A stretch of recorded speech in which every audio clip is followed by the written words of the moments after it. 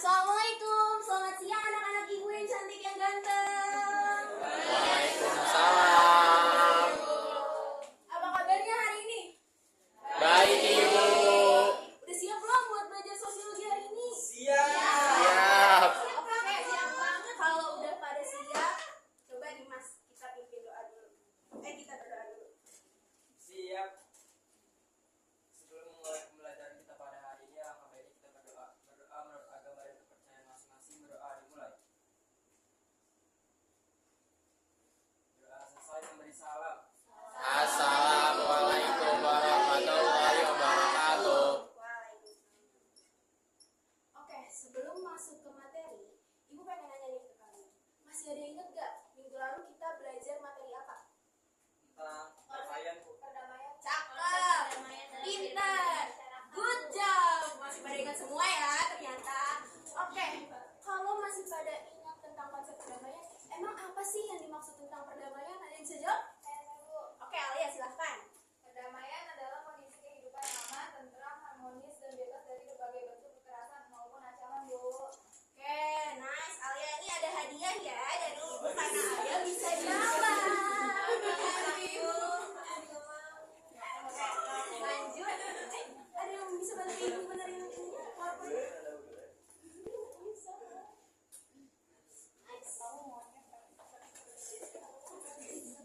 Yuk fokus. Bisa nggak? Ada yang bisa nggak? Lihat gambar ini, bisa semua dong pasti. Tapi ada yang bisa nggak? Nah, Ibu pengen tanya, menurut kalian apa yang sedang terjadi? Ada yang bisa jelasin satu orang? Tawuran.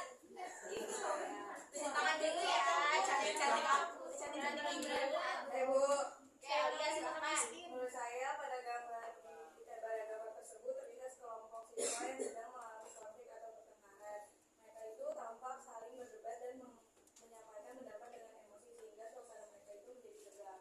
Oke, pinter. Yang lain pada setuju nggak sama jawaban Alia? Setuju. Oke, Alia dapat pisang. Oke, pertanyaan kedua. Menurut kalian apa yang menyebabkan konflik seperti ini dapat terjadi? Ada yang bisa jawab nggak? Sadim, oke silakan Sadim. Menurut kamu kayak gimana? Menurut saya konflik seperti ini dapat terjadi karena adanya perbedaan pendapat, kesalahpahaman, kurangnya komunikasi, atau adanya pihak yang merasa dirugikan itu. Oke, nice Sadim. Semua pada setuju nggak sama jawaban Sadim? Setuju. Oke, Sadim berhak dapat pisang ya. Oke. Dengan jawaban Sadim sama Alia tadi, Ibu dapat simpulkan kalau kalian dapat memahami nih apa itu konflik sosial, apa itu penyebab konflik sosial, bahkan apa itu definisi perdamaian. Nah, pertanyaan-pertanyaan Ibu tadi berhubungan dengan materi yang akan Ibu sampaikan hari ini, yaitu ada yang bisa bantu Ibu? Dimas, tolong bantu Ibu nak.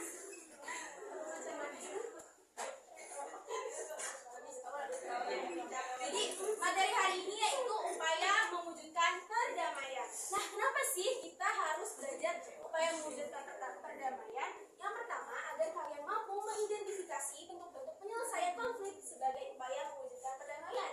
Yang kedua, agar kalian mampu menentukan upaya yang tepat untuk mewujudkan perdamaian dalam konflik sosial. Langsung aja ya kita ke poin yang pertama, itu konsiliasi. Konsiliasi adalah cara penyelesaian konflik dengan mempertemukan pihak-pihak yang bertikai melalui lembaga atau pihak tertentu agar dapat berdiskusi dan mencapai kesepakatan bersama. Jadi ada lembaga-lembaga sosial yang dapat menyelesaikan konflik. Seperti yang pada gambar ini, gedung apa? Gedung MPR. Good job anak-anak Ibu. Nah, lembaga seperti MPR, DPR, DPRD itu dapat membantu menyelesaikan konflik sosial. Dengan cara seperti apa? Dengan cara memberi masukan, solusi ke ke pihak yang berkonflik, daerah yang berkonflik, biasanya seperti itu. Contohnya Bu, seperti apa? Contohnya misalnya ada konflik antara lahan desa A dan desa B. Nah, mereka ini bermusyawarah ke DPRD untuk meminta masukan dan solusi. Tapi yang perlu kalian pahami, pihak lembaga ini tidak mengikat gitu loh, hanya sebagai memberi masukan dan memberi solusi, jadi tidak memberi keputusan. Oke, lanjut. Di sini ada mediasi dan argumentasi. bisa bantu baca? Yuk, yuk. Coba ibu tunjuk deh, Anis. Jangan main HP mulu, ayo baca. Oke, siap. Mediasi itu adalah pengendalian konflik dengan cara mediasi dapat menangani dua pihak yang berkonflik sepakat untuk menyebut pihak ketiga sebagai mediator. Nah, pihak ketiga ini akan memberikan pemikiran yang mendalam atau nasihat-nasihat ini tentang cara terbaik dalam menyelesaikan pertentangan mereka. Namun nasihat pihak ketiga tersebut tidak mengikat. Lalu ada arbitrasi, itu merupakan mediasi itu perwasitan dan dilakukan apabila kedua belah pihak ini yang berkonflik itu sepakat untuk menerima atau terpaksa menerima hadirnya pihak ketiga yang akan memberikan keputusan tertentu untuk menyelesaikan konflik ibu. Oke, makasih Anis. Lain kali jangan main HP saat ibu sedang menjelaskan. Oke, jadi kenapa ibu menyatukan dua upaya konflik ini ke dalam satu slide? Karena sebenarnya mediasi sama arbitrasi ini sama-sama menggunakan orang ketiga untuk menyelesaikan konfliknya. Bedanya di mana? Bedanya di mediasi pihak ketiga itu hanya memberikan masukan dan saran, tetapi masukan dan saran itu bisa diterima atau bisa ditolak ke pihak yang berkonflik atau yang sedang berkonflik. Nah, bedanya sama arbitrasi kayak gimana? Pihak ketiganya itu memberi masukan, saran, dan keputusan, tapi keputusan itu bersifat mutlak, harus diterima oleh pihak yang berkonflik, seperti itu. Contohnya seperti apa, Bu, di mediasi? Misalnya Dian sama Fibri berantem gara-gara tugas kelompok. Mereka cekcok berhari-hari sampai guru BK-nya itu mempertemukan mereka, mendengarkan pendapat mereka masing-masing, terus memberikan solusi sampai masalah itu teratasi. Terus contoh arbitrasi kayak gimana? Misalnya ekskul di sekolah kita akan bisa ada futsal sama basket. Biasanya kan mereka rebutan lapangan ya. Nah, saat rebutan lapangan itu pasti kan ada cekcok, ada bisa berantem kayak gitu kan. Nah, akhirnya wakil kepala sekolah turun tangan. Jadilah keputusan kepala sekolah, misalnya futsal itu bisa memakai lapangan itu Senin sampai hari Rabu, sedangkan basket bisa pakai lapangannya itu hari Kamis sampai Jumat, seperti itu. Dapat dipahami semuanya? Oke, kalau paham ibu pengen nunjuk nih yang ngantuk-ngantuk buat kasih contoh mediasi dan arbitrasi. Siapa yang ngantuk-ngantuk nih? Ibu lihat nih matanya. Salwa nih ngantuk-ngantuk mulu. Coba ayo, kayak gimana? Ibu, saya punya contoh dari mediasi. Nah, jadi waktu itu kan saya sama adik saya itu nonton TV. Nah, tapi di video langsung cuma ada satu, Bu. Nah, jadi pas itu berebutan, saya pengen nonton Cocomelon, adik saya tuh pengen nonton sinetron. Nah, udah kayak gitu, saya rebutan tuh, di situ tarik-tarikan remote sampai remote-nya copot, Bu. Nah, terus karena di situ ibu saya kesel, akhirnya ibu kami tuh melerai kita dengan cara menasehati, Bu, kalau misalkan kita tuh harusnya bareng-bareng, kalau misalkan kita tuh satu keluarga, jadi nggak boleh berebutan. Nah, karena itu jadinya saya dan adik saya akhirnya nonton bareng, Bu. Bagus ya. Tepuk tangan dulu dong buat Salwa. Kalau contoh arbitrasi? Nah, kalau arbitrasi ada juga nih, Bu. Jadi waktu itu saya ngeliat si Rapi nyontek, Bu. Nah, karena saya pikir kayak yang lain kan belajar, terus kenapa dia nyontek? Nah, terus tuh dari itu kan melanggar aturan sekolah juga ya, Bu. Terus saya laporin ke guru yang awas waktu itu. Nah, setelah memeriksa kebenaran kejadian tersebut, guru tuh membuat keputusan sesuai peraturan yang berlaku. Jadinya Rapi dikasih nilai 0, Bu. Bagus ya, contoh-contoh dari Salwa, contoh-contoh yang dia alami. Keren, tepuk tangan sekali lagi buat Salwa. Oke, jadi Salwa berhak mendapatkan 1 buah pisang. Yeay, selamat ya. Oke, ibu lanjut ke upaya yang selanjutnya, yaitu adjudikasi. Oke, pasti kalian udah familiar dong. Ini tuh gambar di persidangan atau pengadilan. Jadi adjudikasi adalah upaya menyelesaikan konflik secara hukum atau di meja hijau. Jadi pihak yang berkonflik biasanya mengadukan konfliknya ke pihak yang berwenang seperti hakim. Nah, hakim membuat keputusan dengan berdasarkan fakta, bukti, dan aturan-aturan yang menjadi pedoman di masyarakat. Contohnya seperti apa? Misalnya kasus-kasus perceraian, narkoba, korupsi, pasti akan diselesaikan dengan di pengadilan seperti itu. Dapat dipahami? Lanjut ya. Oke, selanjutnya segregasi. Jadi ini ada sebuah berita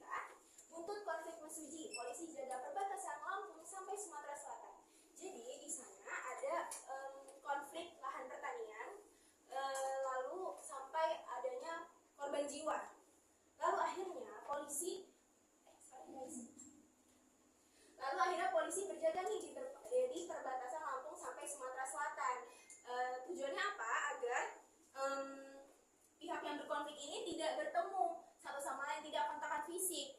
Nah, itulah yang disebut segregasi.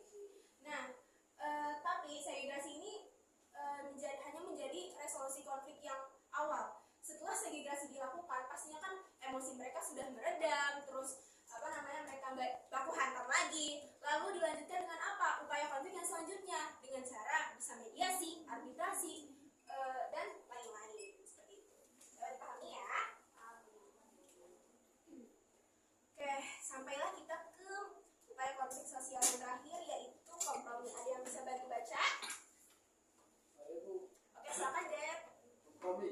Kompromi merupakan pengendalian konflik sosial di mana kedua pihak menyelesaikan permasalahannya secara langsung dengan mengurangi tuntutan masing-masing. Dengan demikian, pihak ketiga tidak dibutuhkan dalam pengendalian konflik ini. Hanya kesadaran untuk berdamai antara kedua pihaklah yang menjadi kunci adanya kompromi. Oke, terima kasih Dedi udah baca. Jadi berhak mendapatkan pisang ya dari Ibu. Oke, jadi benar ya, kompromi merupakan pengendalian konflik sosial di mana kedua pihak menyelesaikan permasalahannya secara langsung dengan mengurangi tuntutan masing-masing. Biasanya orang yang berkonflik tentunya memiliki tuntutannya masing-masing. Nah, biasanya dengan mereka menyelesaikannya dengan cara win-win solution yang menguntungkan kedua belah pihak. Contohnya seperti apa, Bu? Misalnya sekolah kita akan mengadakan pentas seni. Lalu pentas seni tersebut pasti ada temanya dong. Misalnya kelas ini pengennya temanya budaya Nusantara, sedangkan kelas sebelah pengennya temanya modern. Terus kalian berdiskusi, akhirnya menetapkan kalau temanya itu dari budaya Nusantara dengan sentuhan modern. Jadi tetap tetap ada saling menguntungkan, ada kedua opini yang dipakai gitu. Oke. Karena materi Ibu udah selesai, kita ke quiz time. Jadi quiz di sini adalah tugasnya menganalisis studi kasus yang waktunya 2 menit ya. Oke, ini akan Ibu bagikan. Kalian isi. Baca dengan seksama ceritanya.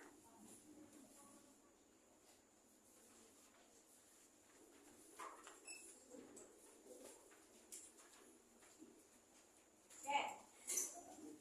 Ibu mulai waktunya dari sekarang. Selamat mengerjakan semuanya. Jangan ada yang nyontek ya.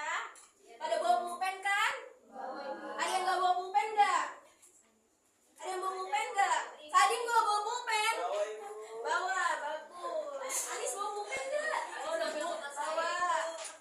Ayah bawa pulpen nggak? Bawa. Oke, selamat mengerjakan ya.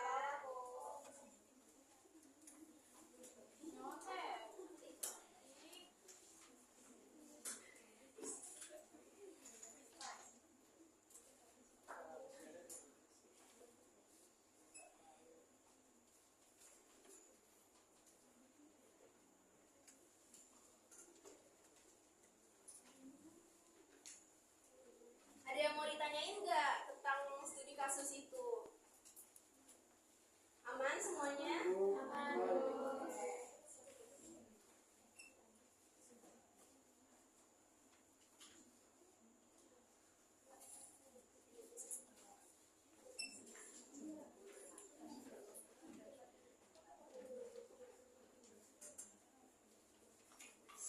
Oke, waktunya tinggal 30 detik lagi ya. Cepet banget Ibu. Cepet tulisnya, dicepetin ya. Nanti Ibu minta ada satu perwakilan yang akan membacakan hasil analisisnya ya. Siap-siap nih, Ibu akan tunjuk nih yang biasanya mukanya ngantuk-ngantuk nih, Ibu akan tunjuk ya. Siap? Siap, Bu. Oke, Ibu mulai tunjuk ya. Kira-kira siapa ya? Diam deh. Dari tadi di pojokan, ngantuk-ngantuk. Yuk, bacain analisisnya. Oke, menurut saya jawaban nomor 1 itu kan apa penyebab utama konflik antara Bima dan Sakti. Nah, menurut saya konflik itu terjadi karena kurangnya komunikasi antara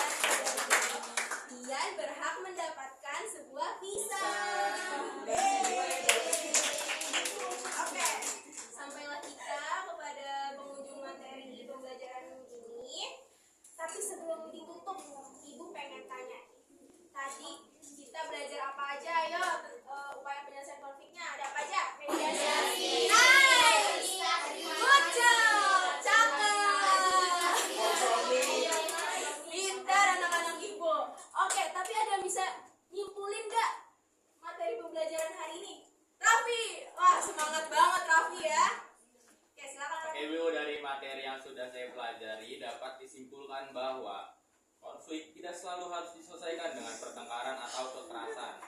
Ada banyak cara yang bisa dilakukan untuk menyelesaikan konflik sesuai dengan situasinya, seperti meminta bantuan pihak ketiga melalui lembaga tertentu, jalur hukum, memisahkan pihak yang bertikai sementara waktu, atau mencari jalan tengah yang disepakati bersama. Yang terpenting, setiap penyelesaian konflik bertujuan untuk mengurangi perselisihan, menciptakan keadilan, dan menjaga hubungan baik antara individu maupun kelompok agar kehidupan masyarakat tetap aman dan harmoni. Oke, tepuk tangan dulu dong buat Raffi ada budaya hari ini. Jadi Raffi berhak mendapatkan Bisa. Oke, terima kasih. Tapi sebelum Ibu tutup, Ibu mau menginfokan bahwa materi hari ini adalah materi terakhir kita di kelas 11. Jadi minggu depan kalian udah ulangan. Jadi Ibu harap kalian persiapkan diri kalian ya untuk ulangan. Oke?